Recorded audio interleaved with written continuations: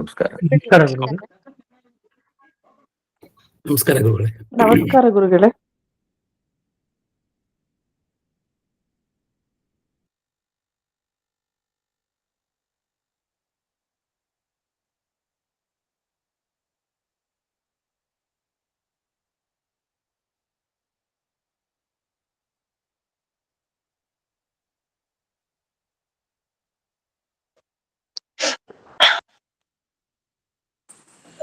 ನಮಸ್ಕಾರ ಆಚಾರ್ಯ.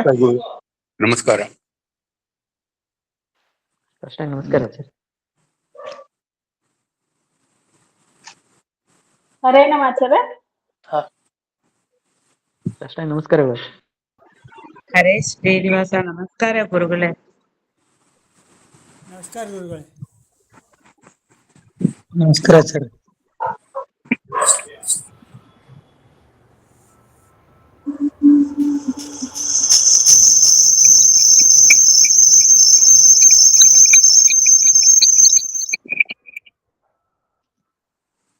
ಸುಮತಿಭಿರನುಮೇಜಂ ಶುಭ್ರಕಾಜಂ ಸಖಾಜಂ ಸುಖಮಜಮನಪಾಜಂ ಮುಕ್ತ್ಯುಪಾಜಂ ವಿಮಾಜಂ ಗೃಹಜಮಹಮಮೇಜಂ ಧ್ಯೇಜಮಾಮ್ನಾಜಗೇಜಂ ಸದಜಮಜೇಜಂ ಶ್ರೀಸಹಾಜಂ ಭಜೇಜಂ ಅಂಜನಾಸೂನು ಸಾನ್ನಿಧ್ಯಾತ್ ವಿಜಯೇನ ವಿರಾಜಿತಂ ಜಿತಪ್ರೀತಿಜನಕಂ ಭಜೇಹಂ ವಿಜಯಧ್ವಜಂ ತಪಸ್ವಾಧ್ಯಾಯ ಶುಶ್ರೂಷಾ ಕೃಷ್ಣ ಪೂಜಾರತಂ ಮುನಿಂ ವಿಶ್ವೇಶನಿಷ್ಠತಂ ವಂದೇ ಪರಿಮ್ರಾಟ್ ಚಕ್ರವರ್ತಿನಂ. ಶ್ರೀ ಗುರುಭ್ಯೋ ನಮಃ. ಹರಿ ಓಂ. ಜನ್ಮಾದ್ಯಸ್ಯ ಯತೋನ್ವಯಾದಿತರತಶ್ಚಾರ್ಥೇಷ್ವಭಿಘ್ನಸ್ವರಾಟ್ ತೇನೇ ಬ್ರಹ್ಮ ಹೃದಯ ಆದಿಕವಯೇ ಮುಹ್ಯಂತಿ ಯಂ ಸೂರಯಃ. ತೇಜೋ ವಾರಿಮೃದಾಂ ಯಥಾ ವಿನಿಮಯೋ ಯತ್ರ ತ್ರಿಸರ್ಗೋ ಮೃಷಾ ಧಾಮ್ನಾ ಸ್ವೇನ ಸದಾ ನಿರಸ್ತಕುಹಕಂ ಸತ್ಯಂ ಪರಂ ಧೀಮಹಿ. ಓಂ ಸ್ವಸ್ತಿಸ್ತು ಸತಾಂ ಅಶೇಷ ಸನ್ಮಂಗಲಾನಿ ಭವಂತು. ಸಮ್ಯಕ್ ಲೋಕೈಕ ಶ್ರವಣ ಪಠನ ಮಾತ್ರೇಣ ವಕ್ತುಶ್ಚ ಶ್ರೋತॄಣಾಂ ನಿಖಿಲ ಕಲಿಕೃತ ಕಲ್ಮಷ ಅಪನೋದನ ಪಟುತರೆ. ಶ್ರೀಮದ್ಭಾಗವತೆ ಮಹಾಪುರಾಣೆ ಪ್ರಥಮ ಸ್ಕಂಧೆ ಷೋಡಶಾಧ್ಯಾಯೇ ಅದ್ಯ ಕಥಾನುವಾದೆ ಸತಿ ಕಿಂಚಿತ್ ಪೂರ್ವಕಥಾನುವಾದಃ. ಈಗ 26ನೇಯ ಶ್ಲೋಕ. ಇಲ್ಲಿವರೆಗೆ ಧರ್ಮ ತಾನು ಪ್ರಶ್ನೆಯನ್ನ ಕೇಳಿದ್ದಾನೆ. ಆ ಪ್ರಶ್ನೆಯನ್ನ ಕೇಳಿದ್ದಕ್ಕೆ ಈಗ ಭೂಮಿ ತಾನು ಉತ್ತರ ಕೊಡ್ಲಿಕ್ಕೆ ಅಂತ ಪ್ರಾರಂಭವನ್ನ ಮಾಡಿದಾಳೆ. ಏನು ಉತ್ತರವನ್ನ ಕೊಡ್ತಾಳೆ ಅನ್ನೋದನ್ನ ಈಗ ಗಮನಿಸೋಣ. ಧರಾ ಉವಾಚ ಅಂತ ಪ್ರಾರಂಭ ಆಗ್ತಾ ಇದೆ. ಭವಾನ್ ಹಿ ವೇದ ತತ್ಸರ್ವಂ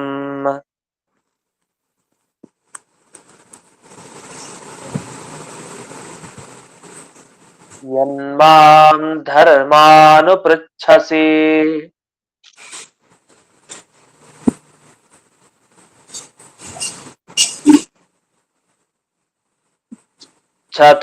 ಚತುರ್ಭಿರ್ವರ್ತಸೆ ಯೇನ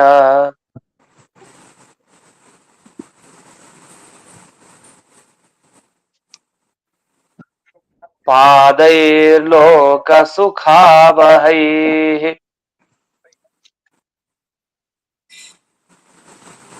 ಮ್ಯೂಟ್ ಮಾಡ್ಕೊಳ್ಳಿ. ಮೆಸೇಜ್ ಹಾಕ್ತಾ ಇದಾರೆ, ಯಾರು ಮ್ಯೂಟ್ ಮಾಡ್ಕೊಂಡಿಲ್ಲ ಅಂತ ಕಾಣುತ್ತೆ. ಮ್ಯೂಟ್ ಅನ್ನ ಮಾಡ್ಕೊಳ್ಳಿ. ನೋಡಿ, ಯಾರು ಮ್ಯೂಟ್ ಮಾಡ್ಕೊಂಡಿಲ್ಲ. ಈಗ ಧರೆ ತಾನು ಹೇಳ್ತಾ ಇದ್ದಾಳೆ, ಭೂಮಿ ಭವಾನ್ ಹಿ ವೇದ ತತ್ಸರ್ವಂ. ನಿನಗೆಲ್ಲಾ ಗೊತ್ತಿದೆ, ಎಲ್ಲಾ ಗೊತ್ತಿದ್ರು ನನಗ್ ಪ್ರಶ್ನೆ ಕೇಳ್ತೀಯಲ್ಲ. ಯಾಕಂದ್ರೆ ನಿನಗೆ ಗೊತ್ತಿಲ್ಲ ಅನ್ನೋ ವಿಷಯ ಇಲ್ಲ. ನೀನು ಧರ್ಮ, ನಿನಗೆಲ್ಲ ಯಾವ್ದು ವಿಷಯ ಇದೆಯೋ ಲೋಕದಲ್ಲಿ ಅದೆಲ್ಲ ನೀನ್ ತಿಳ್ಕೊಂಡಿದ್ಯಾ. ಅಂದ್ರೆ ಯಮಧರ್ಮರಾಯನಿಗೆ ಹೇಳ್ತಾ ಇರೋದು. ಯಮಧರ್ಮರಾಯ ಎಲ್ಲ ನಡೆಯುವಂಥ ಈ ಘಟನೆಗಳಿಗೆ ಸಾಕ್ಷಿಯಾಗಿರ್ತಾನೆ. ಅಂಥ ಯಮಧರ್ಮರಾಯನಿಗೆ ಗೊತ್ತಿಲ್ಲದೆ ಇರೋಂಥ ವಿಷಯ ಯಾವ್ದಿದೆ. ನನಗೆ ಯಾಕೆ ದುಃಖ ಅನ್ನೋದು ಅದು ಗೊತ್ತೇ ಇರತ್ತೆ ನಿನಗೆ ಅಂತ ಈ ಅಭಿಪ್ರಾಯದಲ್ಲಿ ಭೂ ತಾನು ಹೇಳ್ತಾ ಇದ್ದಾಳೆ. ಚತುರ್ಭಿರ್ ವರ್ತಸೆ ಏನ, ಚೆನ್ನಾಗ್ ಗೊತ್ತಿದೆ ನಿನಗೆ 4 ಕಾಲು ಇತ್ತು. 4 ಕಾಲ ಇರುವಂತ ನೀನು ಇವತ್ತಿನ ದಿವಸ ಒಂದೇ ಕಾಲಿಂದ ನನ್ನ ಹತ್ರ ಬಂದಿದ್ಯಾ. ತಪಸ್ಸು, ಶೌಚ, ದಯೆ, ಸತ್ಯ ಅಂತ 4 ಕಾಲುಗಳಂತೆ ಆ ಧರ್ಮಕ್ಕೆ. ಆದ್ರೆ ಇವತ್ತಿನ ದಿವಸ ಈ ತಪಸ್ಸು, ಶೌಚ, ದಯೆ ಈ 3 ಹೊರಟೋಗಿದೆ. ಸತ್ಯ ಅನ್ನೋ ಒಂದೇ ಒಂದು ಕಾಲು ಇಟ್ಟುಕೊಂಡು ನೀನ್ ನನ್ನ ಹತ್ರ ಬಂದಿದೀಯಾ. ವಾಸ್ತವಿಕವಾಗಿ ಲೋಕದಲ್ಲಿ ಒಂದು ಸತ್ಯ ಇದ್ರೇ ಎಷ್ಟು ಉಪಯೋಗ, ಸತ್ಯ ಇರೋದ್ರಿಂದಲೇ ಎಷ್ಟೋ ಅನುಕೂಲಗಳಾಗತ್ತೆ. ಇನ್ನು ತಪಸ್ಸು, ಶೌಚ, ದಯೆ ಅನ್ನೋದಿರ್ಬೇಕಲ್ಲ, ಕಾರುಣ್ಯ. ಸತ್ಯ ಇದ್ರೆ ಅಷ್ಟೇ ಸಾಲಲ್ಲ, ಕಾರುಣ್ಯ, ಬೇರೆಯವ್ರ ಮೇಲೆ ದಯೆ ತೋರಿಸೋದು ಎಲ್ಲ ಇರ್ಬೇಕು. ಈ 4 ಇತ್ತು ಅಂದ್ರೆ ಅಲ್ಲಿ ಧರ್ಮ ಸ್ಥಿರವಾಗಿರತ್ತೆ. ಅಲ್ಲಿ ಹಾಳಾಗೋದಿಲ್ಲ ಆ ಧರ್ಮ ಸ್ಥಿರವಾಗಿ ಉಳಿಯತ್ತೆ ಒಂದು ಕಡೆ. ಆದ್ರಿಂದ ನೀನು ನನ್ನ ಮನಸ್ಸಿನ ವ್ಯಥೆಗೆ ಕಾರಣ ಏನು ಅಂತ ಮೂಲ ಪ್ರಶ್ನೆ ಕೇಳ್ತಾ ಇದ್ದಿ. ಆದ್ರೆ ಅದೆಲ್ಲ ನಿನಗ್ ಗೊತ್ತೇ ಇದೆ, ಆದ್ರೂ ಕೂಡ ಹೇಳ್ತೀನಿ ಕೇಳು ಅಂತ ಭೂದೇವಿ ತಾನು ಹೇಳಲಿಕ್ಕೆ ಅಂತ ಪ್ರಾರಂಭವನ್ನ ಮಾಡ್ತಾಳೆ. ಮಾಡೋ ಮುಂಚೆ ಇದು ಯಾಕೆ ಶುರು ಆಯ್ತು ಈ ಶ್ಲೋಕ, ಮುಂದಿನ ಶ್ಲೋಕ ಅಂತ ನಮಗೆ ಗೊತ್ತಾಗಲ್ಲ. ದಿಢೀರಂತ ಒಂದಿಷ್ಟು ವರ್ಣನೆ ಮಾಡ್ತಾ ಹೋಗ್ತಾರೆ. ಇದು ತುಂಬಾ ಒಳ್ಳೆ ಶ್ಲೋಕಗಳು. ಈ 27, 28 ಮತ್ತೆ 29 ಈ 3 ಶ್ಲೋಕಗಳೇನ್ ಬರ್ತಾ ಇದೆ, ಇದು ಬಹಳ ಚೆನ್ನಾಗಿರೋ ಶ್ಲೋಕ. ಯಾಕೆ ಅಂದ್ರೆ ದೇವರಲ್ಲಿ ಯಾವ ಗುಣಗಳಿದೆ, ಜೀವರಲ್ಲಿ ಯಾವ ಗುಣಗಳಿವೆ, ಅದರ ವಿವರಣೆ, ಪ್ರತಿ ಗುಣಗಳ ವ್ಯತ್ಯಾಸ ಏನು ಅಂತ ಬಹಳ ಚೆನ್ನಾಗಿದೆ. ಅದೇ ಅಂದ್ರೆ ಸತ್ಯ ಅಂದ್ರೇನು, ಶೌಚ, ದಯ, ದಾನ, ತ್ಯಾಗ, ಸಂತೋಷ, ಆರ್ಜವ ಏನಿವೆಲ್ಲ. ನಾವೆಲ್ಲ ದೇವರಲ್ಲಿ ಗುಣ ಅಂದ್ರೆ ಒಂದ್ 2-3 ಹೇಳ್ತೀವಿ. ಅವ್ರಲ್ಲಿ ಜ್ಞಾನ ಪೂರ್ತಿ ಇದೆ, ಶಕ್ತಿ ಇದೆ, ಆನಂದ ಇದೆ, ಅಷ್ಟೇ. ಇನ್ನೊಂದ್ 3-4 ಗುಣ ಹೇಳಿ ಅಂತಂದ್ರೆ ಕಷ್ಟ. ಒಂದ್ 3-4 ಗುಣ ಅಷ್ಟೇ ನಮಗ್ ನೆನಪಾಗತ್ತೆ ದೇವರ ಬಗ್ಗೆ. ಇನ್ ನಮ್ಮಲ್ಲಿರೋ ಗುಣಗಳು ಅಂದ್ರೇನು, ಕೋಪ, ದ್ವೇಷ, ತಾಪ ಇದೆಲ್ಲ ಇರುತ್ತೆ ಅಂತ ಒಂದ್ 4-5 ಗುಣ ಹೇಳ್ಬೋದು. ಅದು ನಿಜವಾಗಿ ಒಳ್ಳೆಯ ಜೀವನದಲ್ಲಿರುವಂತಹ ಗುಣಗಳು, ಪರಮಾತ್ಮನಲ್ಲಿರುವಂತಹ ಅನೇಕ ಗುಣಗಳ ಲಿಸ್ಟ್, ಒಂದು ಪಟ್ಟಿ. ಆ ಗುಣಗಳನ್ನ ಇಲ್ಲಿ ಭಾಗವತಲು ಉಲ್ಲೇಖ ಮಾಡಿದ್ದಷ್ಟೇ ಅಲ್ಲ, ನಮ್ಮ ಟಿಪ್ಪಣಿಕಾರರು ಪ್ರತಿಯೊಂದಕ್ಕೂ ಕೂಡ ಬಹಳ ಚೆನ್ನಾಗಿ ವಿವರಣೆ ಕೊಟ್ಟಿದ್ದಾರೆ. ಯಾವ್ದ್ಯಾವ್ದಕ್ಕೆ ಏನ್ ವ್ಯತ್ಯಾಸ ಅಂತ ಕೊಡ್ತಾರೆ. ಬಹಳ ಚೆನ್ನಾಗಿದೆ, ಇದು ಸಿಗೋದಿಲ್ಲ, ತುಂಬಾ ಅಪರೂಪದ ಭಾಗ ಈ ಟಿಪ್ಪಣಿ ಭಾಗ. 27ನೇ ಶ್ಲೋಕಕ್ಕೆ ಈಗ ಹೋಗೋಣ. ಈಗ ಭೂದೇವಿ ತಾನು ವಿವರಣೆ ಮಾಡ್ಲಿಕ್ಕೆ ಅಂತ ಪ್ರಾರಂಭ ಮಾಡಿದ್ದಾಳೆ. ಇವಳು ವಿವರಣೆ ಮಾಡೋದು ಏನು ಅಂತಂದ್ರೆ ಇಷ್ಟು, ದೇವರಲ್ಲಿ ಯಾವ ಗುಣಗಳಿದೆ ಅಂತ ಹೇಳಿಕ್ ಹೋಗ್ತಾಳೆ. ದೇವರಲ್ಲಿ ಇಂತಿಂತ ಗುಣಗಳಿವೆ, ಆ ದೇವರ ಸಂಪರ್ಕದಿಂದ ಜೀವರಲ್ಲೂ ಇಂಥ ಗುಣಗಳು ಬರ್ತಾ ಇದ್ವು, ಅದನ್ನ ನೋಡ್ತಾ ಇದ್ದೆ ನಾನು. ಆದ್ರೆ ಈ ಕಾಲದಲ್ಲಿ ಅದ್ ಯಾವ್ದು ಕಾಣ್ತಾ ಇಲ್ಲ ಅಂತ ತಾನು ಮುಂದುವರೆಸ್ತಾಳೆ. ಆ ಮುಂದುವರೆಸೋ ಮುಂಚೆ ದೇವರಲ್ಲಿ ಯಾವಾಗ್ಲೂ ಇರುವಂತಹ ಗುಣಗಳು ಯಾವುದು ಅಂತ ನೋಡ್ಬೇಕು. ಹಾಗೆ ದೇವರಲ್ಲಿ ಇರೋ ತರ ಜೀವರಲ್ಲೂ ಅಂತಹ ಗುಣಗಳಿದೆ. ಯಾಕಂದ್ರೆ ಬಿಂಬ ಪ್ರತಿಬಿಂಬ ಅಂತ ಹೇಳ್ತೀವಿ ದೇವರನ್ನು ಮತ್ತೆ ಜೀವರುಗಳನ್ನ. ಕನ್ನಡಿ ಮುಂದೆ ನಿಂತುಕೊಂಡಾಗ ನಾವು ಬಿಂಬ ಆಗ್ತೀವಿ, ಕನ್ನಡಿಯಲ್ಲಿ ನಮ್ಮ ಪ್ರತಿಬಿಂಬ ಅಲ್ಲಿ ತೋರ್ತಾ ಇದೆ.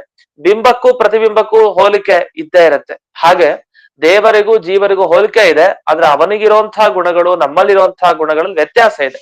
ಅದೇನು ಅಂತ ಈಗ ಒಂದೊಂದೇ ಈ ಶ್ಲೋಕಗಳಲ್ಲಿ ಗಮನಿಸೋಣ. 27ನೇ ಶ್ಲೋಕ. ಸತ್ಯಂ ಶೌಚಂ ದಯಾದಾನಂ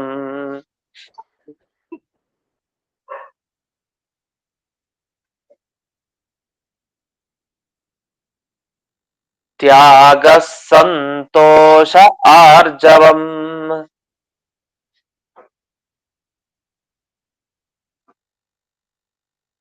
ಶಮೋದಮಃ ತಪಸ್ಸಾಮ್ಯಂ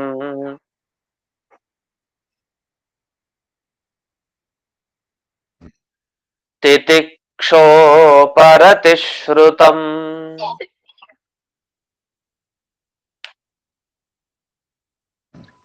ಈ ಶ್ಲೋಕದಲ್ಲಿ ಬರೀ ಗುಣಗಳ ಬಗ್ಗೆ ಅಷ್ಟೇ ಹೇಳಿದ್ದಾರೆ. ನೋಡಿ ಎಷ್ಟು ಗುಣ ಪಟ್ಟಿ ಮಾಡಿದ್ದಾರೆ. ನಾವು ದೇವರ ಬಗ್ಗೆ ಜೀವರ ಬಗ್ಗೆ ಏನ್ ಗುಣಗಳು ಅಂತ ಇದನ್ನ ಹೇಳ್ಬೇಕು ಈ 3 ಶ್ಲೋಕನ. ನಮ್ಗೆ ಗೊತ್ತಿರೋ ಒಂದು 2-3 ಬಿಟ್ಟರೆ ಏನೇನು ನೆನಪಾಗೋದಿಲ್ಲ. ಅದ್ರ ನೋಡಿ, ಸತ್ಯ ಮೊದಲನೇದು, ಆಮೇಲೆ ಶೌಚ, ದಯ, ದಾನ, ತ್ಯಾಗ, ಸಂತೋಷ, ಆರ್ಜವ. ಅಂದ್ರೆ ಇಲ್ಲೇ ನಮ್ಗೆ ಎಷ್ಟಾಯ್ತು, 7 ಆಯ್ತು. ಶಮ, ದಮ, ತಪಃ, ಸಾಮ್ಯ, ತಿತಿಕ್ಷ, ಉಪರತಿ, ಶ್ರುತಂ. 14 ಗುಣದ ಬಗ್ಗೆ ಹೇಳಿದ್ದಾರೆ. 14 ಗುಣ. ಇದು ಏನ್ ವಿವರಣೆ ಇದರದ್ದು ಅಂದ್ರೆ, ಸತ್ಯ ಅಂದ್ರೆ ಏನು ಅಂತ ಮೊದಲಿಗೆ ಹೇಳ್ತಾರೆ. ಬಹಳ ಸಂಕ್ಷಿಪ್ತವಾಗಿ ವಿವರಣೆ ಮಾಡ್ತಾ ಹೋಗ್ತಾರೆ, ಅಷ್ಟೇ ನಾವು ನೋಡ್ತಾ ಹೋಗೋಣ, ನೆನ್ಪಿಟ್ಕೊಳ್ಳಿಕ್ಕೆ ಅನುಕೂಲ. ಸತ್ಯ ಅಂದ್ರೆ ಏನು? ಸತ್ಯ ಅಂದ್ರೆ ಸತ್ವಂ ನಾಮ ನಿರ್ದೋಷತ್ವಂ ಅಂತ ಅರ್ಥ ಹೇಳಿದ್ದಾರೆ. ಅಂದ್ರೆ ಸತ್ ಅಂದ್ರೆ ಸುಖ ಯಾವಾಗ್ಲೂ ಇರುತ್ತೆ, ಅಲ್ಲಿ ದುಃಖ ಇರಲ್ಲ. ಹಾಗಾದ್ರೆ ಸ್ವರೂಪಾನಂದ, ನಮ್ಮಲ್ಲಿರುವಂತಹ ಆನಂದ ಏನಿದೆ ಅದನ್ನ ಅನುಭವಿಸ್ತಾ ಇರೋದು, ಇದನ್ನ ಸತ್ಯ ಅಂತ ಕರೀತಾರೆ. ನಿಜವಾಗಿ ನಮಗೀಗ ಸತ್ಯ ಇಲ್ಲ. ಈಗ ನಾವು ಸಾಂಸಾರಿಕ ಅವಸ್ಥೆಯಲ್ಲಿ ನಾವೇನಿದೀವಿ ಈಗ ನಮಗ್ ಸ್ವರೂಪ ಸುಖಾನಂದ ಮೋಕ್ಷದಲ್ಲಾಗೋದು ಸಿಗ್ತಾ ಇಲ್ಲ. ಆದ್ರೆ ದೇವರಲ್ಲೂ ಸತ್ಯ ಅನ್ನೋ ಗುಣ ಇದೆ, ನಮ್ಮಲ್ಲೂ ಸತ್ಯ ಅನ್ನೋ ಗುಣ ಇದೆ. ದೇವರಲ್ಲಿರೋದು ಇದು ಮೋಕ್ಷ ಸುಖ. ಅವ್ನು ನಮ್ ಜೊತೆ ಇದ್ದಾಗ್ಲೂ ಅವ್ನಿಗೆ ಸುಖ ಆಗೇ ಆಗತ್ತೆ. ಅವನು ಈಗ ಸಂಸಾರದಲ್ಲಿ ಇದ್ದಾನೆ, ನಮ್ಮ ಒಳಗಡೆ ಎಲ್ಲ ಅವನು ಕೂತ್ಕೊಂಡಿದ್ದಾನೆ, ಅನುಗ್ರಹ ಮಾಡ್ತಾ ಇದ್ದಾನೆ, ಎಲ್ಲಾ ವಸ್ತುಗಳಲ್ಲೂ ಇದ್ದಾನೆ. ಆದ್ರೆ ಅವನ ಸ್ವರೂಪ ಸುಖಕ್ಕೆ ಚ್ಯುತಿ ಎಂದಿಗೂ ಇಲ್ಲ. ಅವನು ಯಾವ ನರಕದಲ್ಲಿ ಇರ್ಲಿ, ತಪಸ್ಸಲ್ಲೇ ಇರ್ಲಿ, ದೇವರು ಅಲ್ಲಿ ಹೋಗಿದ್ರು ಕೂಡ ದೇವರು ಎಲ್ಲಾ ಕಡೆ ಅಂತೂ ಇದ್ದೇ ಇದ್ದಾನೆ.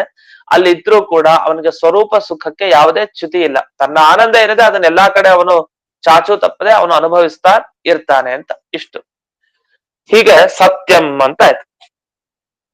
ಆದ್ರೆ ಜೀವರಲ್ಲಿ ಹಾಗಾದ್ರೆ ಸತ್ಯ ಅಂದ್ರೆ ಯಾವ ಗುಣ ಅಂತ ಗಮನಿಸೋದ್ರೆ, ಸತ್ಯ ಅಂದ್ರೇನು? ಬೇರೆಯವರಿಗೆ ಹಿತ ಆಗೋ ತರ ಮಾತಾಡೋದು. ಇದು ಜೀವರ ಇರುವಂತಹ ಸತ್ಯ ಗುಣ. ಹಿತ ಆಗೋ ತರ ಮಾತಾಡೋದು ಅಂದ್ರೆ ಯಾವಾರು ಸುಳ್ಳು ಹೇಳೋದು ಅಂತ ಅರ್ಥ ಅಲ್ಲ. ಆ ಪ್ರಸಂಗ ನೋಡಿ ಪ್ರಾಮಾಣಿಕವಾಗಿದ್ದು ಸತ್ಯವಾದ ಮಾರ್ಗದಲ್ಲಿದ್ದು ಹಿತವಾಗುವಂತಹ ಮಾತನ್ನ ಯಾರು ಆಡ್ತಾನೆ ಅವನಲ್ಲಿ ಸತ್ಯ ಅನ್ನೋ ಗುಣ ಇರುತ್ತಂತೆ. ಹಾಗಾದ್ರೆ ಸತ್ಯ ಆಯ್ತು. ಶೌಚ ಇದೆ ಅಂತ. ಶೌಚ ಅಂದ್ರೆ ಶುಚಿಯೇ ಶೌಚ. ಈಗ ನಾವೆಲ್ಲ ಹೇಳ್ತಲ್ಲ 4 ಪಾದ ಇತ್ತು ಧರ್ಮಕ್ಕೆ: ತಪಸ್ಸು, ಶೌಚ, ದಯೆ, ಸತ್ಯ. ಅಲ್ಲಿ ಸತ್ಯ ಅಂದ್ರೆ ಗೊತ್ತಾಯ್ತು ನಮ್ಗೆ. ಶೌಚ ಆ ಎರಡನೇದ್ರ ಬಗ್ಗೆ ಬರ್ತಾರೆ. ಶೌಚ ಅಂದ್ರೆ ಏನು? ಶೌಚ ಅಂದ್ರೆ ಶುಚಿತನ, ಶುದ್ಧವಾಗಿರೋದು ಅಂತ ಅರ್ಥ. ಶುದ್ಧಿ ಅಂದ್ರೆ ದೇವರಿಗೆ ಹೇಗ್ ಶುದ್ಧಿ? ಅವನಿಗೆ ಮನಸ್ಸು ಶುದ್ಧಿ, ಚೆನ್ನಾಗಿ ಮನಸ್ಸು ಶುದ್ಧವಾಗಿದೆ, ಹೊರಗಡೆ ದೇಹದಲ್ಲೂ ಅವನಿಗೆ ಶುದ್ಧಿ ಇದೆ. ಅವನ ಶುದ್ಧಿಯ ಬಗ್ಗೆ ನಾವು ಪ್ರಶ್ನಿಸ್ಲಿಕ್ಕೆ ಸಾಧ್ಯನ? ಅವನ ತರ ಶುದ್ಧಿ ಇರುವಂತ ವಸ್ತು ಜಗತ್ನಲ್ಲಿ ಸಿಗೋದೇ ಇಲ್ಲ. ಹಾಗಾದ್ರೆ ಬಾಹ್ಯ ಶುದ್ಧಿ, ಆಂತರ ಶುದ್ಧಿ. ಹೊರಗೂ ಶುದ್ಧ, ಒಳಗೂ ಶುದ್ಧ ದೇವರು. ಯಾಕೆ? ಪ್ರಕೃತಿಯ ಸಂಬಂಧನೇ ಇಲ್ಲ ಅವನಿಗೆ. ಸಂಸಾರಕ್ಕೆ ಬಂದ್ರೆ ಪ್ರಕೃತಿಯ ಸಂಬಂಧ, ಅದೇ ಸಂಸಾರಕ್ಕೆ ಬಂದ್ರೂ ಪ್ರಕೃತಿ ಸಂಬಂಧ ಇಲ್ಲದೆ ಇರೋ ಒಂಥರ ಇರ್ತಾನ ದೇವರು. ಆದ್ರಿಂದ ನಮಗೆ ಈ ಸಂಸಾರದ ಸಂಬಂಧ ಸರಿಯಾಗಿ ದುಃಖನೋ ಸುಖನೋ ನೀಡೋ ಥರದಲ್ಲಿ ಆದ್ರೆ ಆಗ ನಮಗೆ ಕಷ್ಟ. ಅದೇ ದೇವರಿಗೆ ಪ್ರಕೃತಿಯ ಸಂಬಂಧ ಇಲ್ಲವೇ ಇಲ್ಲ. ನಿಜವಾಗಿ ಪ್ರಕೃತಿಯ ಸಂಬಂಧ ಒಂದ್ ರೀತಿಲಿದೆ. ಯಾವ ರೀತಿ? ಪ್ರಕೃತಿಯ ಅಭಿಮಾನಿನಿ ದೇವತೆ ಲಕ್ಷ್ಮೀ ದೇವಿ. ಲಕ್ಷ್ಮೀ ದೇವಿಯ ಸಂಬಂಧ ಪರಮಾತ್ಮನಿಗೆ ಯಾವಾಗ್ಲೂ ಇದ್ದೇ ಇದೆ. ಆದ್ರೆ ಅವನಿಗೆ ತನ್ನಿಮಿತ್ತ ದುಃಖ ಅಥವಾ ಸುಖ ಅದೆಲ್ಲ ಆಗ್ಬೇಕಾಗಿಲ್ಲ. ಅವನು ತನ್ನ ಒಳಗಡೆ ಇರುವಂತ ಸುಖವನ್ನೇ ಅನುಭವಿಸ್ತಾ ಇರ್ತಾನೆ. ಅಂತೂ ಶೌಚ ಅಂದ್ರೆ ಗೊತ್ತಾಯ್ತು ನಮ್ಗೆ. ಬಾಹ್ಯ ಶುದ್ಧಿ, ಶುಚಿತನ, ಆಂತರ ಶುಚಿತನ ಎರಡು. ಜೀವರಲ್ಲೂ ಹಾಗೆ ಇರ್ಬೇಕಂತೆ. ಜೀವರಿಗೆ ಹೇಗೆ? ಹೊರಗಿನ ಶುದ್ಧಿ ಅಂದ್ರೆ ನಾವು ಮೃತ್ತಿಕೆ ಹಚ್ಕೊಳ್ತೀವಿ, ನೀರನ್ನ ಹಾಕೊಳ್ತೀವಿ, ಸ್ನಾನ ಎಲ್ಲ ಮಾಡ್ತೀವಿ. ಈ ಸ್ನಾನ ಎಲ್ಲ ಮಾಡಿ ನಮಗೆ ದೇಹಕ್ಕೆ ಏನು ಶುದ್ಧಿ ಆಗತ್ತೆ ಅದು, ಮೃತ್ತಿಕೆಯನ್ನ ಹಚ್ಕೊಳ್ಳೋದ್ರಿಂದ ಏನು ಶುದ್ಧಿ ಆಗತ್ತೆ ಅದು. ಇದು ಬಾಹ್ಯ ಶುದ್ಧಿ. ಆಂತರ ಶುದ್ಧಿ ಅಂದ್ರೆ ಏನರ್ಥ? ಯಾವಾಗಲೂ ದೇವರಲ್ಲೇ ನಮ್ಮ ಮನಸ್ಸು ಇರೋದು ಅಂತ, ಇದನ್ನ ಶುದ್ಧಿ ಅಂತ ಹೇಳ್ತಾ ಇಲ್ಲ. ಯಾವ ರೀತಿ ಶುದ್ಧಿ ಅಂದ್ರೆ ಸಾಂಸಾರಿಕ ಪದಾರ್ಥಗಳು, ನಮ್ಮ ಸುತ್ತಲೂ ಮುತ್ತಲೂ ಇರುವ ಪದಾರ್ಥಗಳಲ್ಲಿ ತೀರಾ ಮಮತೆ, ತೀರಾ ಸ್ನೇಹ ಇದೇನು ಇರಲ್ವಂತೆ. ಅಂಥ ಮನಸ್ಥಿತಿ ಇದ್ರೆ ಅದು ಆಂತರ ಶುದ್ಧಿ ಅಂತೆ. ಅಂದ್ರೆ ವೈರಾಗ್ಯದ ರೀತಿಯಲ್ಲಿ ಬರುತ್ತೆ ಈ ಗುಣ. ಹೀಗೆ ಸತ್ಯ ಅಂದ್ರೆ ಗೊತ್ತಾಯ್ತು, ಶೌಚ ಅಂದ್ರೆ ಗೊತ್ತಾಯ್ತು. ಮುಂದಕ್ಕೆ ಹೋಗೋಣ. ದಯೆ ಬಗ್ಗೆ ಹೇಳ್ತಾರೆ. ದಯೆ ಅಂದ್ರೆ ಏನು? ಇದು ದೇವರಲ್ಲೂ ಜೀವನಲ್ಲಿರುವಂತಹ ಒಂದು ಗುಣ. ದೇವರು ಇರೋ ಸಜ್ಜನರು ಯಾರ್ಯಾರಿದ್ದಾರೆ, ಸಾತ್ವಿಕರು, ದುಃಖಿತರು ಯಾರಿದ್ದಾರೆ, ಅವರ ನೋಡಿದ್ರೆ ಅವನ ಮನಸ್ಸು ಕರಗಿ ಹೋಗತ್ತಂತೆ. ಅಂದ್ರೆ ಇವನ ದುಃಖವನ್ನ ನಾನು ಪರಿಹಾರ ಮಾಡ್ಬೇಕು ಅಂತ ಅವನಿಗೆ ಮನಸ್ಸಿಗೆ ಬರತ್ತಂತೆ, ಆ ಇಚ್ಛೆ. ಅದನ್ನೇ ದಯೆ ಅಂತ ಕರೀತಾರೆ. ನಿಮ್ಗೆ ಯಾರಾದ್ರೂ ದಯೆ ಅಂದ್ರೆ ಏನು? ದೊಡ್ಡವರೆಲ್ಲ ದಯೆ ಇರುತ್ತೆ, ನಮ್ಮಲ್ಲೂ ದಯೆ ಇದೆ ಅಂದ್ರೆ ಏನ್ ಅರ್ಥ ಅಂದ್ರೆ ಬೇರೆಯವರ ದುಃಖ ನೋಡಿದಾಗ ಅದನ್ನ ಕಳಿಬೇಕು ಅಂತ ನಮ್ಮ ಮನಸ್ಸಿಗೆ ಬರತ್ತಲ್ಲ, ನಮ್ಮ ಮನಸ್ಸು ಸ್ವಲ್ಪ ಪರಿವರ್ತನೆ ಆಗತ್ತಲ್ಲ, ಅದನ್ನೇ ದಯೆ ಅಂತ ಕರೀತಾರೆ. ಇದು ದೇವರಲ್ಲೂ ಇದೆ, ಜೀವರಲ್ಲೂ ಕೂಡ ಇರ್ಬೇಕು ಇಂಥ ಗುಣ. ಯಾರು ಕಷ್ಟದಲ್ಲಿದ್ದಾರೋ ಅಂತವರ ದುಃಖ ಪರಿಹಾರ ಮಾಡ್ಲಿಕ್ಕೆ ಬೇಕಾದ ಇಚ್ಛೆ. ಇದು ದಯೆ ಆಯ್ತು. ದಾನದ ಬಗ್ಗೆ ಬರೋಣ. ದಾನ ಆಗ್ಬೇಕಾದ್ರೆ ಭಗವಂತನು ತಾರತಮ್ಯನ ದಾನ ಕೊಡೋದು. ದಾನ ಅಂದ್ರೆ ಕೊಡೋದು. ಭಕ್ತರು ಯಾರಿಗೋ ಅವ್ರಿಗೆ ಸುಖ, ಯಾರು ಭಕ್ತರಲ್ವೋ ಅವ್ರಿಗೆ ದುಃಖ, ಯಾರು ಮಧ್ಯಮರೋ, ತೀರ ಭಕ್ತರು ಅಲ್ಲ ಈ ಕಡೆ ದುಷ್ಟರು ಅಲ್ಲ, ಅಂಥವರಿಗೆ ಸುಖ ದುಃಖ ಎರಡನ್ನೂ ಕೂಡ ದೇವರು ದಾನ ಕೊಡ್ತಾನೆ. ದಾನ ಕೊಡೋದ್ರೆ ತಾನ್ ಮತ್ ವಾಪಸ್ ಇಸ್ಕೊಳಲ್ಲ. ದಾನ ಅಂದ್ರೆ ಹಾಗೆ ತಾನೆ, ಒಬ್ಬರಿಗೆ ನಾವು ಸಂಕಲ್ಪ ಮಾಡಿ ಕೊಡ್ತೀವಿ ಅಂದ್ರೆ ಇನ್ನು ಮುಂದೆ ಆ ವಸ್ತು ನಮ್ಮ ಸ್ವತ್ತಾಗಿರೋದಿಲ್ಲ, ಅದು ಅವ್ರಿಗೆ ಸೇರಿತ್ತು. ಪುಸ್ತಕನೋ ಗೋವೋ ಏನ್ ದಾನ ಕೊಡ್ತೀವಿ ಅದು ಅವ್ರಿಗೆ ಏನ್ ಮೇಲೆ, ನಮ್ಗಲ್ಲ ಅಂತ. ಹಾಗೆ ದೇವರು ತನ್ನ ಭಕ್ತರಿಗೆ ಸುಖ ಕೊಡ್ತಾರೆ ಅಂದ್ರೆ ವಾಪಸ್ ಆ ಸುಖ ಇಸ್ಕೊಳ್ಳಲ್ಲ, ಮುಗೀತು. ಹಾಗೆ ಅಭಕ್ತರು, ಯಾರ ಭಕ್ತರಲ್ವೋ ಅವ್ರಿಗೆ ದುಃಖ ಕೊಟ್ಟ, ಅದು ಅವ್ರಿಗೇನ್ ಸಂಬಂಧಪಟ್ಟಿದ್ದಲ್ಲ, ಕೊಟ್ಟಾಯ್ತು. ಮಧ್ಯಮಸ್ಥರಿಗೆ, ಈ ಮಧ್ಯ ಮಾರ್ಗದಲ್ಲಿರೋರಿಗೆ ಸುಖ ದುಃಖ ಎರಡೂ ಕೊಡ್ತಾನೆ, ತನ್ನ ಸ್ವತ್ತೇನಲ್ಲ, ದಾನ. ಹಾಗಾಗಿ ದೇವರು ಕೂಡ ನಮಗೆ ದಾನ ಮಾಡ್ತಾನೆ ಅಂತ ಅರ್ಥ. ಅಷ್ಟು. ಇನ್ನು ಮುಂದೆ ಭಕ್ತರು ಏನ್ ದಾನ ಮಾಡ್ತಾರೆ? ಸತ್ಪಾತ್ರರಲ್ಲಿ ಒಳ್ಳೆಯ ಯೋಗ್ಯತೆ ಇರುವಂತಹ ವ್ಯಕ್ತಿಗಳಿಗೆ ಹೋಗಿ ದಾನ ಕೊಡ್ಬೇಕಂತೆ. ನಾವು ದಾನ ಮಾಡೋದು ಅಂದ್ರೆ ಯಾರ್ಯಾರಿಗೋ ಮಾಡೋದಲ್ಲ, ದಾನ ಮಾಡ್ಬೇಕು ಅಂತ.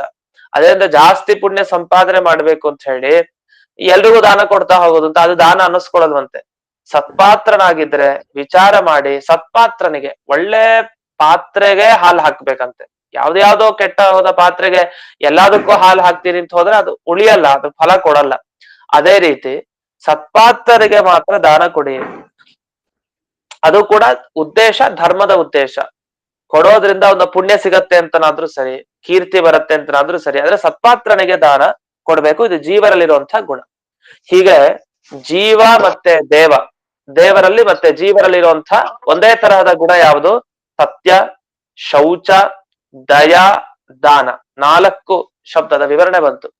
ಅಂದ್ರೆ ಯಾವಾಗ ಈ ರೀತಿ ಹೇಳ್ತೀವೋ ಆಗ್ಲೇ ಹೋಲಿಕೆ ಬರೋದು. ಈ ಕನ್ನಡಿ ಮುಂದೆ ನಿಂತಾಗ ಕನ್ನಡಿಲಿರುವಂತ ಮುಖ ನೋಡ್ತೀವಿ ನಾವು. ನಮ್ಮ ತರನೇ ಆ ತರನೇ ಆಕಾರ ಇದೆ, ಕೈ ಕಾಲು ಹಾಗೆ ಇದೆ, ಇಷ್ಟೇ ಉದ್ದಕ್ಕಿದೆ, ಎಲ್ಲ ಅನುಭವಕ್ಕೆ ಬರ್ತಾ ಹೋಗುತ್ತೆ. ಅದ್ ಯಾಕೆ? ಬಿಂಬ ಪ್ರತಿಬಿಂಬ ಅಂದ್ರೆ ಹೋಲಿಕೆ ಇರ್ಬೇಕು. ಇಲ್ಲೂ ಜೀವರು ಮತ್ತೆ ದೇವರು ಬಿಂಬ ಪ್ರತಿಬಿಂಬ ಅಂತ ಬಾಯಿ ಮಾತಿಗೆ ಹೇಳಿದ್ರೆ ಆಯ್ತಾ? ಹೋಲಿಕೆ ಹೇಗೆ ಅಂತ ನಮ್ಗೆ ಇದೆಲ್ಲ ಈ ನ್ಯಾಯಸುಧಾ ಉಪಮಾಧಿಕರಣ ನಾವು ಪಾಠ ಕೇಳಿದ್ವಿ. ಆ ಉಪಮಾಧಿಕರಣ ಓದ್ತಾ ಈ ಭಾಗವತದ 2-3 ಪದ್ಯ ಅಲ್ಲಿ ನೆನಪಾಗ್ಬೇಕು ನಮ್ಗೆ. ಅಷ್ಟು ಚೆನ್ನಾಗಿ ಹೇಳಿದ್ದಾರೆ. ಹೇಗ್ ಹೋಲಿಕೆ, ಜೀವರಿಗೆ ದೇವರಿಗೆ ಹೇಗೆ ಹೋಲಿಕೆ ಕೊಡೋದು, ಅವನಲ್ಲಿರೋ ಗುಣ ಇವರಲ್ಲಿರೋ ಗುಣ ಯಾವುದು ಅಂತ. ಇದಾಯ್ತು, 4 ಆಯ್ತು. ಇನ್ನು ಮುಂದೆ ತ್ಯಾಗ, ಸಂತೋಷ, ಆರ್ಜವ. ತ್ಯಾಗ ಅಂದ್ರೆ ಏನು ಅಂತ ಬರೀತಾರೆ. ತ್ಯಾಗ ಅಂದ್ರೆ ದೇವರಂತೂ ಸಕಲ ಸಂಘ ಪರಿತ್ಯಾಗಿ, ಅವನು ಎಲ್ಲರ ಜೊತೆ ಇರ್ತಾನೆ, ಆದ್ರೆ ಆ ಇದ್ರೂ ಕೂಡ ಅವರಿಂದ ಅವನಿಗೇನು ಲೇಪ ಆಗಲ್ಲ, ಅವನಿಗೇನು ಅದರಿಂದ ತೊಂದರೆ ಆಗಲ್ಲ. ಆ ತರ ಅವನು ನಿಜವಾಗಿ ತ್ಯಾಗ ಮಾಡ್ಬಿಟ್ಟಿದ್ದಾನೆ. ನಾವು ಕೂಡ ತ್ಯಾಗ ಮಾಡೋದಂದ್ರೆ ಸನ್ಯಾಸ. ಸನ್ಯಾಸ ಅಂದ್ರೆ ಸನ್ಯಾಸ ಆಶ್ರಮ ಅಂತಷ್ಟೇ ಅರ್ಥ ಅಲ್ಲ. ವೈರಾಗ್ಯ ಏನಿದೆ ಜೀವನದಲ್ಲಿ ಎಷ್ಟು ಬೇಕೋ ಅಷ್ಟೇ, ಇನ್ನು ಮಿಕ್ಕಿದ್ದಲ್ಲಿ ಕಡೆ ತುಚ್ಛತಾಭಾವ, ಔದಾಸೀನ, ಅದು ಬೇಡ ನಮಗೆ ಅಂತ ಉದಾಸೀನ, ತುಚ್ಛ, ಅದ್ ಹೇಯ, ನಮಗ್ ಬೇಡವೇ ಬೇಡ ಅಂತ ಮನಸ್ಥಿತಿ ಬರೋದು. ಅಂತೂ ಈ ರೀತಿಯಿಂದ ತ್ಯಾಗವನ್ನ ನಾವು ಮಾಡ್ತೀವಿ. ಅಷ್ಟೇ ಅಲ್ಲ, ತ್ಯಾಗ ಅಂದ್ರೆ ಇನ್ನೊಂದು, ಈ ಬೇರೆಯವರ ಸ್ವತ್ತಿರತ್ತೆ, ನಮ್ ಸ್ವತ್ತಲ್ಲ, ಅದು ಬೇರೆಯವ್ರ ವಸ್ತು, ಬೇರೆ ಮನೆಯಲ್ಲಿ ನಾವು ನೋಡಿರ್ತೀವಿ, ಅದು ನಮ್ಗೆ ಇಷ್ಟ ಆಗ್ಬಹುದು, ಆದ್ರೆ ಅದು ಬೇರೆಯವರ ಸ್ವತ್ತಾಗಿದೆ, ಆದ್ರಿಂದ ಅದು ನಂದಲ್ಲ ಅಂತ ನಾವು ಬುದ್ಧಿಯನ್ನ ತಾಳೋದು. ಅದು ನಮಗ್ ಸಂಬಂಧಪಟ್ಟಿದ್ದಲ್ಲ. ಇಲ್ಲ, ಬೇರೆಯವ್ರ ಸ್ವತ್ತೆಲ್ಲ ನೋಡಿ ನನಗೇ ಬೇಕಿದು, ನನಗ್ ಸೇರ್ಬೇಕು ನಮಗ್ ಅನ್ಸಿದ್ರೆ ಅದನ್ನ ತ್ಯಾಗ ಅಂತ ಕರೆಯಲ್ಲ. ಅದನ್ನ ತ್ಯಾಗ ಅಂತ ಕರಿತೇನೆ, ಸಂಘ ಆಯ್ತು ನಿಮ್ಗೆ, ಅದು ಬೇಕು ಅಂತ ನಿಮ್ಗೆ ಬುದ್ಧಿ ಬಂತಲ್ಲ.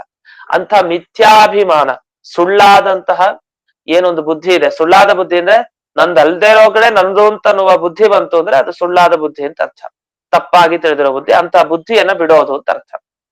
ಇದನ್ನ ಇಲ್ಲಿ ತ್ಯಾಗ ಅಂತ ಕರೆದಿದ್ದಾರೆ. ಇನ್ನು ಸಂತೋಷ. ಸಂತೋಷ ಅಂದ್ರೆ ದೇವರಲ್ಲಿ ಸಂತೋಷ ಯಾವಾಗ್ಲೂ ಇದೆ, ಅದು ಬೇರೆ. ನಮಗೇನು ಅಂದ್ರೆ ನಮಗೆ ದೇವರ ಸಂಕಲ್ಪದಂತೆ, ನಮ್ಮ ಪ್ರಾರಬ್ಧ ಕರ್ಮಗಳಂತೆ ಯಾವ್ಯಾವ ರೀತಿಯ ಪದಾರ್ಥಗಳು ಆಯಾಯ ಕಾಲಕ್ಕೆ ಸಿಗತ್ತೋ ಅದರಲ್ಲಿ ತೃಪ್ತಿ ಪಡ್ಕೊಂಡಿರೋದು, ಇದೇ ಸಂತೋಷ ಅಂದ್ರೆ. ಇನ್ನು ಆರ್ಜವ. ಆರ್ಜವ ಅಂದ್ರೆ ರುಜುವಾಗಿರೋದು, ಜೀವನದಲ್ಲಿ ರುಜು ಜೀವನ ನಡೆಸ್ಬೇಕು, ವಕ್ರ ಜೀವನ ನಡೆಸಬಾರ್ದು ಅಂತ. ರುಜು ಜೀವನ ಅಂದ್ರೆ ವ್ಯವಹಾರ ಮಾಡ್ತೀವಿ, ಮೋಸ ಮಾಡ್ತೀವಿ, ಎಷ್ಟೋ ಜನರಿಗೆ ಮೋಸ ಮಾಡಿ ಜಾಸ್ತಿ ದುಡ್ಡನ್ನ ಸಂಪಾದನೆ ಮಾಡ್ತೀವಿ, ಅದೇ ರುಜುತನ ಇಲ್ಲ ಆ ವ್ಯವಹಾರದಲ್ಲಿ. ಇದು ಯಾವುದೇ ವಿಷಯದಲ್ಲಿ ಆಗ್ಬೋದು, ಅಂತೂ ನೇರವಾಗಿ ನಡೆ ನುಡಿ ಇರ್ಬೇಕಂತೆ, ನೇರವಾಗಿರ್ಬೇಕು ಅಂತ. ಕುಟಿಲತೆ, ಅಲ್ಲಿ ವಕ್ರತೆ ಇರಬಾರ್ದು. ಅಂದ್ರೆ ಅರ್ಥ ಏನು? ಏನ್ ಮನಸ್ನಲ್ಲಿ ನಾವು ಯೋಚಿಸ್ತೀವೋ ಅದೇ ಬಾಯಿಂದ ಬರ್ಬೇಕು ಅಂತ ಅರ್ಥ. ಮನಸ್ನಲ್ಲಿ ಯೋಚಿಸಿದ್ ಒಂದು ಬಾಯಿಂದ ಹೊರಗ್ ಬರ್ಬೇಕಾದ್ರೆ ಅದು ಬೇರೆ ಆಗಿ ಬಂದ್ರೆ ಅದು ಆರ್ಜವತನ ಅಲ್ಲ, ಅದು ರುಜುವಾಗಿ ನಡೆದದ್ದಲ್ಲ, ಅದು ವ್ಯತ್ಯಾಸ ಆಯ್ತು ಅಂತ ಅರ್ಥ. ಇನ್ನು ಶಮ, ಮುಂದಿನ ಈ ಪಾದಕ್ಕೆ ಬರೋಣ. ಶಮೋ ದಮಸ್ ತಪಸ್ಸಾಮ್ಯಂ 4 ಹಾಕಿದ್ರು. ಶಮ ಅಂದ್ರೆ ಬಹಳ ಪ್ರಸಿದ್ಧ ವಸ್ತುತ. ಶಮೋ ಮನ್ನಿಷ್ಠತಾ ಬುದ್ಧೇ ದಮ ಇಂದ್ರಿಯ ನಿಗ್ರಹ ಅಂತ ಹೇಳ್ತಾರೆ. ಅಲ್ಲಿ ಶಮೋ ಮನ್ನಿಷ್ಠತಾ ಬುದ್ಧಿ ದಮ ಇಂದ್ರಿಯ ನಿಗ್ರಹ ಅಂತ ಹೇಳ್ತಾರೆ. ಆದ್ರೆ ಹಾಗಿಲ್ಲ. ಶಮೋಮನ್ನಿಷ್ಠತಾ ಬುದ್ಧೇಹೆ ಅಂತ ಹೇಳ್ಬೇಕು. ಬುದ್ಧಿ ಅಂತ ಹೇಳ್ಬಾರ್ದು, ಬುದ್ಧೇಹೆ ಅಂತ ಅಲ್ಲಿ ತಿದ್ಕೊಳ್ಬೇಕು ನಾವು ಏನಾರು ಹೇಳ್ತಾ ಇದ್ದಿದ್ರೆ. ಅಂತೂ ಶಮ ಅಂದ್ರೇನು? ಯಾವಾಗ್ಲೂ ದೇವರಲ್ಲಿ ನಮ್ಮ ಬುದ್ಧಿಯ ಸ್ಥಿತಿ, ನಮ್ಮ ಮನಸ್ಸು ಅದು ದೇವರಲ್ಲಿ ಲೀನ ಆಗಿರ್ಬೇಕು. ಇದನ್ನೇ ಶಮ ಅಂತ ಕರೀತಾರೆ. ಹಾಗಾದ್ರೆ ಶಮ ಅನ್ನೋ ಗುಣ ನಾವು ಸಂಪಾದನೆ ಮಾಡ್ಬೇಕು. ದಮ ಅಂದ್ರೆ ಇಂದ್ರಿಯ ನಿಗ್ರಹ ಸಂಪಾದನೆ ನಾವು ಮಾಡ್ಬೇಕು ಅಂತ. ಇದೆಲ್ಲ ನಿಜವಾಗಿ ಯೋಚಿಸಿದ್ರೆ ನೋಡಿ, ಭಾಗವತ ಧರ್ಮಗಳು ಅಂದ್ರೆ ಇದೆ. ಈಗ ನಾವೆಲ್ಲ ಭಾಗವತ ಕೇಳ್ತೀವಿ, ಓದ್ತೀವಿ. ಭಾಗವತ ಕೇಳಿದ್ರಿಂದ ಓದಿದ್ರಿಂದ ನಾವ್ ಏನ್ ಪಡಿಬೇಕು? ಭಕ್ತಿ ಪಡಿಬೇಕು. ನಿಜ, ಭಕ್ತಿ ಅನ್ನೋ ಗುಣ ನಮ್ಮಲ್ಲಿ ಬರ್ಲಿಕ್ಕೋಸ್ಕರನೇ ನಾವು ಭಾಗವತ ಕೇಳೋದು. ಆದ್ರೆ ಆ ಭಕ್ತಿ ಬರೋ ಮುಂಚೆ ಮನಸ್ಸಿನ ಶುದ್ಧಿ ಮುಖ್ಯ. ಇದೆಲ್ಲ ಹೇಳಿದ್ರು, ಈ ಒಂದೊಂದೇ ಗುಣ, ಅದು ಭಾಗವತ ಧರ್ಮಗಳಿವೆಲ್ಲ. ಈ ಗುಣಗಳನ್ನ ನಾವು ಸಂಪಾದನೆ ಮಾಡಿದ್ರೆ ಭಾಗವತ ಕೇಳ್ತಾ ಕೇಳ್ತಾ ಆಗ ನಿಜವಾಗಿ ನಾವು ಭಾಗವತರು ಅಂತ ಆಗ್ತೀವಿ. ನಾವೆಲ್ಲ ಸುಮ್ನೆ ಭಾಗವತರು ಅಂತ ನಮ್ಮನ್ನ ಕರೆಯೋದಲ್ಲ. ಭಾಗವತರು ಅಂದ್ರೆ ಅರ್ಥ, ಭಾಗವತದಲ್ಲಿ ಬಂದ ಧರ್ಮಗಳನ್ನ ಅನುಷ್ಠಾನ ಮಾಡೋರು, ತಿಳ್ಕೊಂಡಿರೋರಲ್ಲ, ತಿಳ್ಕೊಂಡು ಅದೇ ರೀತಿ ಜೀವನದಲ್ಲಿ ಇರೋರು. ಅವ್ರು ನಿಜವಾಗಿ ಭಾಗವತ ಧರ್ಮ ಪರಿಪಾಲನೆ ಮಾಡೋರು ಅಂತ. ಆ ಧರ್ಮಗಳು ಯಾವ್ದ್ಯಾವ್ದನ್ ಗೊತ್ತಾದ್ರೆ ತಾನು ನಾವು ಪರಿಪಾಲನೆ ಮಾಡೋದು. ಇದೆಲ್ಲ ಗುಣಗಳನ್ನ ಕೇಳಿದಾಗ ನಾವು ಏನನ್ ಪಾಲನೆ ಮಾಡ್ತಾ ಇದೀವಿ, ಎಷ್ಟು ಗುಣ ನಮ್ಮಲ್ಲಿದೆ, ಅಥವಾ ಏನೂ ಇಲ್ವಾ, ಅಥವಾ ಇದ್ದ ಗುಣ ಎಲ್ಲ ಕಡಿಮೆ ಇದೆಯಾ ಅಂತೆಲ್ಲ ನಮ್ಗೆ ಈಗ ಒಂದೊಂದೇ ಗೊತ್ತಾಗ್ತಾ ಹೋಗುತ್ತೆ. ಇಷ್ಟಾಯ್ತು, ಶಮ ಆಯ್ತು, ದಮ ಆಯ್ತು. ಇನ್ನು ತಪಸ್ಸಿಗೆ ಬರೋಣ. ತಪಸ್ಸು ಅಂದ್ರೆ ಏನು? ತಪಸ್ಸು ಅಂದ್ರೆ ಇಷ್ಟಂತೆ, ಜ್ಞಾನ ನಾವೇನ್ ಪಡಿತೀವಿ ಅದಲ್ಲಿ ವಿಚಾರ ಇರ್ಬೇಕಂತೆ. ವಿಚಾರ ಇರ್ಬೇಕು, ಸುಮ್ನೆ ಜ್ಞಾನ ಪಡೆಯೋದಲ್ಲ. ಬಹಳಷ್ಟು ವಿಚಾರ ಮಾಡಿ ಕೊನೆಗೆ ಒಂದು ಪಕ್ವವಾದ ಜ್ಞಾನ ಸಂಪಾದನೆ ಮಾಡ್ತೀವಿ. ಇದನ್ನ ತಪಸ್ಸು ಅಂತ ಕರೀತಾರೆ. ಅಥವಾ ಇನ್ನೊಂದು ವಿವರಣೆ ಪ್ರಕಾರ, ಈ ಚಾಂದ್ರಾಯಣ ವ್ರತ, ಬಹಳ ಕಷ್ಟ ಉಪವಾಸ ವ್ರತಗಳೇನು ಮಾಡಿ ನಾವು ಈ ದೇಹ ಶೋಷಣೆಯನ್ನ ಮಾಡ್ಕೊಳ್ತಾ ಇರ್ತೀವಿ. ಅದು ದೇಹ ಶೋಷಣೆ ಅನ್ನೋದಕ್ಕಿಂತ ದೇಹ ಶುದ್ಧಿ ಪ್ರದ ಅದು. ಅಂಥ ವ್ರತಗಳೇನಿದೆ ಅದನ್ನೇ ತಪಸ್ಸು ಅಂತ ಕರೀತಾರೆ. ಹಾಗಾಗಿ ತಪಸ್ಸು ಅನ್ನೋದೊಂದು ಗುಣ, ಇದನ್ನಾದ್ರೂ ನಾವು ಆಚರಿಸಬೇಕು ಅಂತ. ಇನ್ನು ಸಾಮ್ಯ. ಸಾಮ್ಯ ಅಂತಂದ್ರೆ ದೇವರ ಪ್ರತಿಯೊಂದು ರೂಪಗಳಲ್ಲಿ, ಅದು ನರಸಿಂಹ ಆಗ್ಲಿ, ಧನ್ವಂತರಿ ಆಗ್ಲಿ, ನಮ್ಮ ಕುಲದೇವರಾಗ್ಲಿ, ಯಾವುದೇ ಆಗ್ಲಿ, ಎಲ್ಲ ಒಂದೇ ಶಕ್ತಿ, ಒಂದೇ ರೀತಿಯ ಭಾವನೆಯನ್ನ ಆ ಭಗವಂತನ ಎಲ್ಲಾ ಅವತಾರಗಳಲ್ಲೂ ಹೊಂದಿರಬೇಕು ಅಂತ. ಇದನ್ನ ಸಾಮ್ಯ ಅಂತ ಕರೀತಾರೆ. ಇದು ಜೀವರಲ್ಲಿ ನಮ್ಮಲ್ಲಿ ಇರಬೇಕಾದಂತಹ ಒಂದು ಗುಣ. ಇನ್ನು ತಿತಿಕ್ಷಾ. ತಿತಿಕ್ಷಾ ಅಂದ್ರೆ ಸಹಿಸ್ಕೊಳ್ಳೋದು, ದ್ವಂದ್ವ ಸಹಿಷ್ಣುತೆ ಅಂತ ಹೇಳ್ತೀವಿ. ಸುಖ ಬಂದಾಗ ಏರಲ್ಲ, ದುಃಖ ಬಂದಾಗ ತಗ್ಗಲ್ಲ, ಒಂದೇ ತರ ಇರ್ತಾರೆ. ಸಮುದ್ರದ ರೀತಿಯಲ್ಲಿ ಸಮುದ್ರಕ್ಕೆ ನೀರು ಬಂದು ಸೇರಿದ್ರು ಒಂದೇ, ಬಿಟ್ರು ಒಂದೇ, ಸಮುದ್ರ ಒಂದೇ ತರ ಇರುತ್ತೆ. ಆ ರೀತಿ ತಿತಿಕ್ಷಾ. ಅವನು ಗೆಲ್ಲಿ ಸೋತಾಗ್ಲೂ ಒಂದೇ ರೀತಿ, ಗೆದ್ದಾಗ್ಲೂ ಒಂದೇ ರೀತಿ. ಶೈತ್ಯ ಔಷ್ಣ್ಯ ಎರಡು ಒಂದಾಗ್ಲೂ ಒಂದೇ. ಲಾಭ ಅಲಾಭ, ಲಾಭ ಆಯ್ತು ನಷ್ಟ ಆಯ್ತು ಆಗ್ಲೂ ಒಂದೇ ರೀತಿ, ಸುಖ ಆಯ್ತು ದುಃಖ ಆಯ್ತು ಆಗ್ಲೂ ಒಂದೇ ರೀತಿ. ಈ ದ್ವಂದ್ವ ಸಹಿಷ್ಣುತೆ, ಎರಡನ್ನೂ ಸಹಿಸ್ಕೊಂಡು ಜೀವನ ಮಾಡೋದಿದೆಯಲ್ಲ, ಇದು ತಿತಿಕ್ಷಾ ಅಂತ ಕರೀತಾರೆ. ಆ ತಿತಿಕ್ಷಾ ಅನ್ನೋ ಗುಣ ಜೀವರಲ್ಲಿ ಇರ್ಬೇಕು. ಇನ್ನು ಭಗವಂತನ ತಿತಿಕ್ಷಾ ಇತ್ತಂತೆ. ಯಾಕಂದ್ರೆ ಭೃಗು ಋಷಿ ತಾನು ಅವತ್ತಿನ ದಿವಸ ಬಂದು ಕಾಲಿನಿಂದ ಒದ್ದ ಪರಮಾತ್ಮನ ದೇಹಕ್ಕೆ, ಆ ಎದೆಯ ಭಾಗಕ್ಕೆ ಒದ್ದ ಭೃಗು ಋಷಿ. ಆದ್ರೆ ಸಹಿಸ್ಕೊಂಡ. ಅವನಿಗೆ ಹೋಗಿ ಅಲ್ಲಿ ಕ್ಷಮಾಪಣೆ ಕೇಳಿ ಪಾದ ಪ್ರಕ್ಷಾಲನೆ ಮಾಡಿ ಎಲ್ಲ ಮಾಡ್ದ ದೇವ್ರು. ಯಾಕೆ ಈ ತರ ಎಲ್ಲ ಸಿಟ್ ಮಾಡ್ಕೊಳ್ಬೇಡಿ, ಕ್ಷಮಿಸಿ ಅಂತೆಲ್ಲ. ದೇವರು ಯಾಕೆ ಹೀಗ್ ಮಾಡ್ಬೇಕು? ಅವ್ನು ತಿತಿಕ್ಷಾ ಅನ್ನೋ ಗುಣವನ್ನ ತೋರಿಸಿದಾನೆ. ಅಂದ್ರೆ ಭಕ್ತರ ಅಪರಾಧ ಮಾಡಿದ್ದಾರೆ, ಅದನ್ನ ತಾನು ಕ್ಷಮೆ ಮಾಡಿದಾನೆ ಅಂತ ಅರ್ಥ. ವಾಸ್ತವಿಕವಾಗಿ ಅದರ ನಡೆದ ಘಟಕ ಒಂದು ನಾಟಕದ ರೀತಿ. ಭಗವಂತ ಭಕ್ತ ಅಪರಾಧ ಸಹಿಷ್ಣು ಅಂತ ತೋರಿಸ್ಕೊಂಡಿದ್ದಾನೆ. ಅದನ್ನ ತಿತಿಕ್ಷಾ ಅಂತ ಕರೀತಾರೆ. ನಾವೆಲ್ಲ ಭಕ್ತ ಅಪರಾಧ ಸಹಿಷ್ಣು ದೇವರು, ಭಕ್ತರು ಏನೇ ತಪ್ಪು ಮಾಡಿದ್ರು ಪಾಪ ಸಹಿಸ್ಕೊಂಡಿರ್ತಾನೆ ಅಂತ. ಭಕ್ತರು ತಾವು ಏನೋ ಬೇರೆ ಅಪರಾಧ ಮಾಡಿದಿರ್ಲಿ, ದೇವರಿಗೆ ಅಪರಾಧವನ್ನ ಮಾಡಿರ್ತಾರೆ ಭಕ್ತರು, ಅದರಲ್ಲಿ ಭೃಗು ಮಹರ್ಷಿಗಳು. ಆದ್ರೂ ಅದನ್ನ ಸಹಿಸ್ಕೊಂಡು ದೇವರು ಏನು ಮಾಡ್ಲಿಲ್ಲ. ಆದ್ರಿಂದ ಈ ತಿತಿಕ್ಷಾ ಅನ್ನೋ ಗುಣ ದೇವರಲ್ಲಿರೋದನ್ನ ಚಿಂತನೆ ಮಾಡ್ಬೇಕು. ಜೀವರಲ್ಲೂ ಈ ತಿತಿಕ್ಷಾ ಬರ್ಬೇಕು. ಇನ್ನು ಉಪರತಿ ಶ್ರುತ ಅಂತ ಇನ್ನೆರಡು ಶಬ್ದಗಳನ್ನ ಹಾಕಿ ಶ್ಲೋಕದ ಮುಕ್ತಾಯವನ್ನ ಮಾಡ್ತಾರೆ. ಉಪರತಿ ಅಂದ್ರೇನು? ನಮ್ಮ ಆನಂದದಲ್ಲಿ ತೃಪ್ತಿ ಪಡ್ತಾ ಅಲ್ಲೇ ಇರೋದು ಅಂತ. ಇದು ಒಂದಾದ್ರೆ, ನಮ್ಮ ಆನಂದದಲ್ಲಿ ತೃಪ್ತಿ ಪಡ್ತಾ ಇರೋದು ಅಂದ್ರೆ ಮುಂಚೆನೂ ಬಂತು, ಒಂದು ಸಂತೋಷ ಅಂತ ಒಂದು ಶಬ್ದ ಬಂತು ಮುಂಚೆ ಇದೇ ಶ್ಲೋಕದಲ್ಲಿ. ಅದಕ್ಕೂ ಇದೇ ಅರ್ಥ ಹೇಳಿದ್ರಿ ಅಂದ್ರೆ ವ್ಯತ್ಯಾಸ ಇದೆ. ಅಲ್ಲಿಗೂ ಇಲ್ಲಿಗೂ ಏನ್ ವ್ಯತ್ಯಾಸ ಅಂದ್ರೆ, ಇಲ್ಲಿ ಉಪರತಿ ಅಂದ್ರೆ ಜೀವರಲ್ಲಿ ಉಪ ಅಂದ್ರೆ ಅರ್ಥ ಅಂದ್ರೆ ಪ್ರಾಣದೇವರನ್ನ ಉಪ ಅಂತ ಕರೀತಾರಂತೆ. ಅಂದ್ರೆ ರುದ್ರದೇವರು. ಆ ಅನ್ನೋ ಶಬ್ದಕ್ಕೆ ರುದ್ರದೇವರು ಅಂತ ಅರ್ಥ. ಇತಿ ಶಂಭು ಅಂತ. ಅನ್ನೋ ಅಕ್ಷರ ಅದು ರುದ್ರದೇವರನ್ನ ಹೇಳುವಂತ ಅಕ್ಷರ. ಆ ರುದ್ರದೇವರನ್ನ ಅಂದ್ರೆ ಕಾಪಾಡೋನು. ಅಂದ್ರೆ ರುದ್ರದೇವರ ಪಾಲಕ ಯಾರು? ಮುಖ್ಯ ಪ್ರಾಣದೇವರು. ಆ ಉಪರತಿ, ಆ ಮುಖ್ಯ ಪ್ರಾಣ ದೇವರಲ್ಲಿ ರತಿ ಅಂದ್ರೆ ಬರೀ ದೇವರಲ್ಲಷ್ಟೇ ಅಲ್ಲ ನಮ್ಮ ಬುದ್ಧಿ, ಗುರುಗಳಲ್ಲಿ ಮುಖ್ಯ ಪ್ರಾಣ ದೇವರಲ್ಲೂ ಬುದ್ಧಿ ಪಡೆದಿದೆ. ಇದೊಂದು ಭಾಗವತ ಧರ್ಮ. ಈ ಉಪರತಿ ನಮ್ಮ ಜೀವನದಲ್ಲಿ ಇರ್ಬೇಕು. ಅಂದ್ರೆ ಮುಖ್ಯ ಪ್ರಾಣ ದೇವರ ಆರಾಧಕರಾಗಿ ಇರ್ಬೇಕು ಅಂತ ಅಭಿಪ್ರಾಯ. ಇನ್ನು ಶ್ರುತಂ, ದೇವರ ಬಗ್ಗೆ ಕೇಳಿ. ಯಾವಾಗ್ಲೂ ವೇದ ಹೇಳೋದು ಒಂದೇ, ಅವನ ತರ ಶಕ್ತಿ ಯಾರಿಗೂ ಇಲ್ಲ ಅಂತ ಯಾವಾಗ್ಲೂ ಕೇಳೋದು ಹಾಗೆ. ಶ್ರುತಂ, ಶಕ್ತಿ ಯಾವಾಗ್ಲೂ ಇದೆ ಅವನಲ್ಲಿ ಅಂತ. ಆದ್ರೆ ನಾವು ಕೂಡ ಶ್ರುತಂ, ನಮ್ಮಲ್ಲೆಲ್ಲ ಈ ಕಾಲದಲ್ಲಿ ಶಕ್ತಿ ಇದೆ ಅಂತಲ್ಲ, ಆದ್ರೆ ಎಲ್ಲಾ ಕಾಲದಲ್ಲಿ ಶಕ್ತಿಯನ್ನು ಹೊಂದಿರುವ ಪರಮಾತ್ಮನನ್ನ ಶ್ರುತಂ ನಾವು ಕಿವಿಯಿಂದ ಕೇಳ್ತಾ ಇರ್ಬೇಕು ಅಂತ ಅರ್ಥ. ಹೀಗೆ ಇಂಥ ಗುಣ ನಾವು ಸಂಪಾದನೆ ಮಾಡ್ಬೇಕು. ಹೀಗೆ 14 ಗುಣವನ್ನ ಹೇಳಿದ್ದಾರೆ. ಇದು ಭಗವಂತನಿಗೂ ಅನ್ವಯಿಸುವಂತಹ ಗುಣ, ಜೀವನಿಗೂ ಅನ್ವಯಿಸುವಂತಹ ಗುಣ. ಜೀವನದಲ್ಲಿ ಇಂತಹ ಸಕಲ ಸಾತ್ವಿಕ ಗುಣಗಳು ಬರ್ತಾ ಇದೆ ಅಂದ್ರೆ ಅದಕ್ಕೆ ದೇವರೇ ಕಾರಣ. ಆ ದೇವರು ಬಿಂಬ ಆದ್ರಿಂದ ಅವನ ಪ್ರತಿಬಿಂಬರಾದ ನಮ್ಮಲ್ಲಿ ಇಂತಹ ಗುಣಗಳು ಮೂಡ್ತಾ ಇದೆ. ಹೇಗೆ ಕನ್ನಡಿಯಲ್ಲಿ ಮುಖ ಕಾಣುತ್ತೋ ಹಾಗೆ ಅಂತ. ಇಷ್ಟು ಈ ಶ್ಲೋಕದ ವಿವರಣೆ. ಮುಂದೆ ಶ್ಲೋಕಕ್ಕೆ ಹೋಗೋಣ. 28ನೇ ಶ್ಲೋಕ. ಜ್ಞಾನಂ ವಿರಕ್ತಿರೈಶ್ವರ್ಯಂ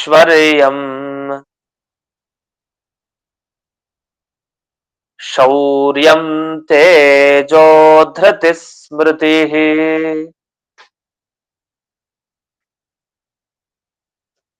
ಸ್ವಾತಂತ್ರ್ಯಂ ಕೌಶಲಂ ಕಾಂತಿ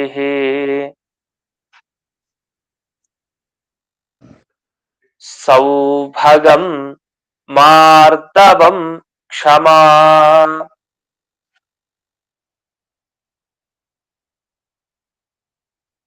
ಇಲ್ಲಿ ಜ್ಞಾನ ಅಂತ ಹೇಳಿದ್ದಾರೆ. ಜ್ಞಾನ ಅಂದ್ರೆ ದೇವರಿಗೆ ಅವ್ನಿಗೆ ಯಾವಾಗಲೂ ಕಣ್ಣಿಗೆ ಕಾಣೋದು, ಅವನಿಗೆ ಕೇಳಬೇಕು ಅಂತ ಏನಿಲ್ಲ, ಅವನಿಗೆಲ್ಲ ಸಾಕ್ಷಾತ್ಕಾರ. ಎಲ್ಲ ವಸ್ತುಗಳನ್ನ ಕಣ್ಣಾರೆವನ್ನು ಕಣ್ಣಿಂದ ನೋಡ್ತಾ ಇದ್ದಾನೆ ಅಂತ ಸಾಕ್ಷಾತ್ಕಾರ ಹೊಂದಿರೋನವನು.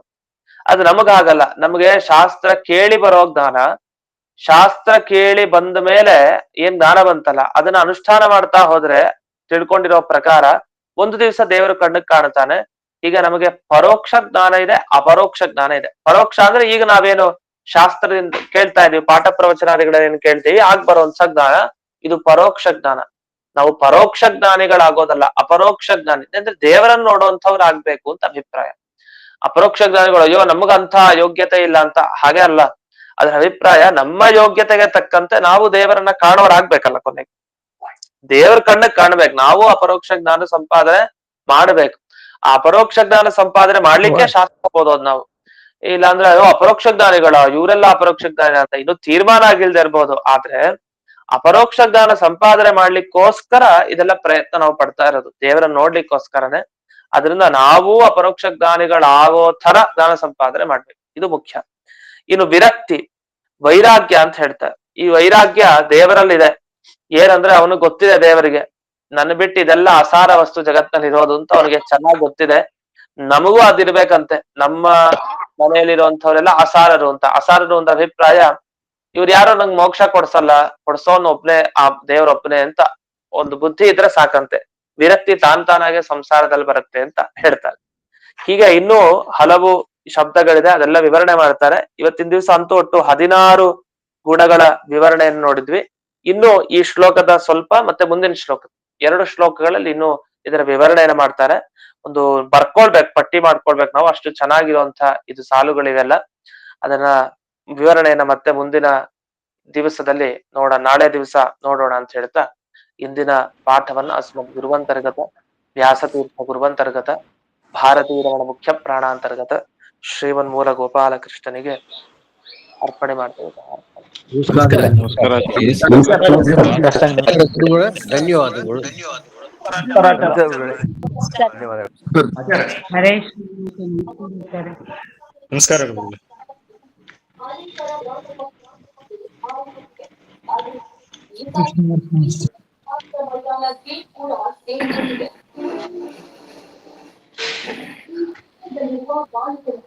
ನಿರಂಜನ 10 ವರ್ಷ ಬಿಬಿಎಂಪಿ ಶಾಲೆಯಲ್ಲಿ 5 ತರಗತಿ ಓದಿ ರಜೆ ಇವತ್ತು ಸ್ನೇಹಿತರ ಜೊತೆಗೆ ಆಟವಾಡಿ